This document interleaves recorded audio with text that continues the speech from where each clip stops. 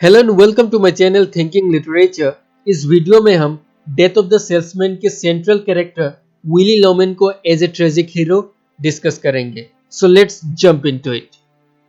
मैंने ऑलरेडी एक video death of the salesman as a modern tragedy के ऊपर बनाया है। अगर आप लोगों ने नहीं देखा है तो देख लीजिए, मैं लिंक नीचे डिस्क्रिप्शन में दे दूंगा। मिलर की death of the salesman 20th century का फेमस प्ले है जिसमें मिलर ने विली लोमैन को एज ए ट्रेजिक हीरो के रूप में दिखाया है। हालांकि विली लोमैन शेक्सपियर के ट्रेजिक हीरोज या एंशिएंट ट्रेजिक हीरोज की तरह नहीं है, बल्कि विली लोमैन का स्ट्रगल्स और उसने जो जो डिसीजंस लिए थे अपने लाइफ में और जिस तरह वो डिसीजंस विली लोमैन और उसके परिवार पर प्रभाव डालते हैं, वो सभी विली लोमैन को कंटेम्पररी सेंस में एक ट्रेजिक हीरो बनाता है। सो मिलर अपने play death of the salesman के जरिए एक नई तरह की ट्रेजिक हीरो की कंसेप्ट देते हैं।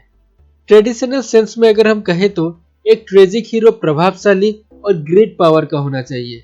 इस कॉन्सेप्ट के पीछे यह आइडिया था कि अगर ट्रेजिक हीरो हाई रिस्पॉन्सिबिलिटी का होगा और जब उसका पतन होगा तब उसका प्रभाव पूरे सोसाइटी पर पड़ेगा। लेकिन मिलर के अनुसार कॉमन मैन भी एक किंग की तरह ट्रेजेडी के लिए उपयुक्त है और एक कॉमन मैन की ट्रेजेडी भी टाइमलेस और यूनिवर्सल हो सकती है।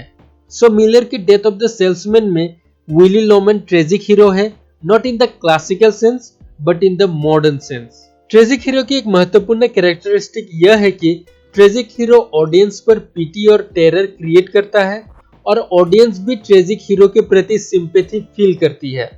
अगर हम इस पॉइंट को अच्छी तरह समझे तो हम यह कह सकते हैं कि ऑडियंस को यह पहले से ही पता होता है कि एक ट्रेजिक हीरो जो कर रहा है वो क्यों कर रहा है और वो जो कर रहा है उसका परिणाम क्या होने वाला है, और इस वजह से ऑडियंस उस ट्रेजिक हीरो के प्रति अपनी सिंपैथी दिखाती है।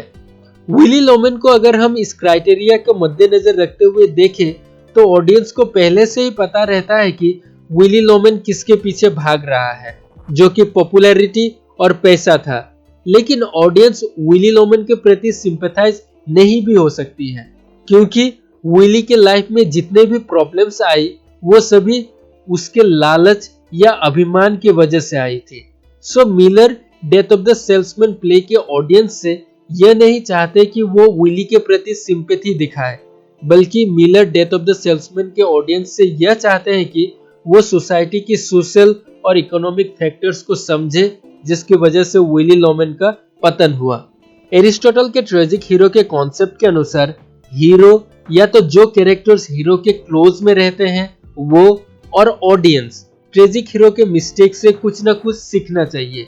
लेकिन अगर हम डेथ ऑफ द सेल्समैन की रिक्वाइम सेक्शन को पढ़ें, जो डेथ ऑफ द सेल्समैन के लास्ट पार्ट को कहा जाता है, उसमें कैरेक्टर्स जो बातचीत करते हैं उससे साफ पता चलता है कि कैरेक्टर्स ने विली लोमैन की मौत से कोई भी सीख नहीं ली। हैप्पी, जो कि विली लोमैन का बेटा था, वो कहता है कि I am not licked that easily, I am staying right in this city and I am gonna beat this racket.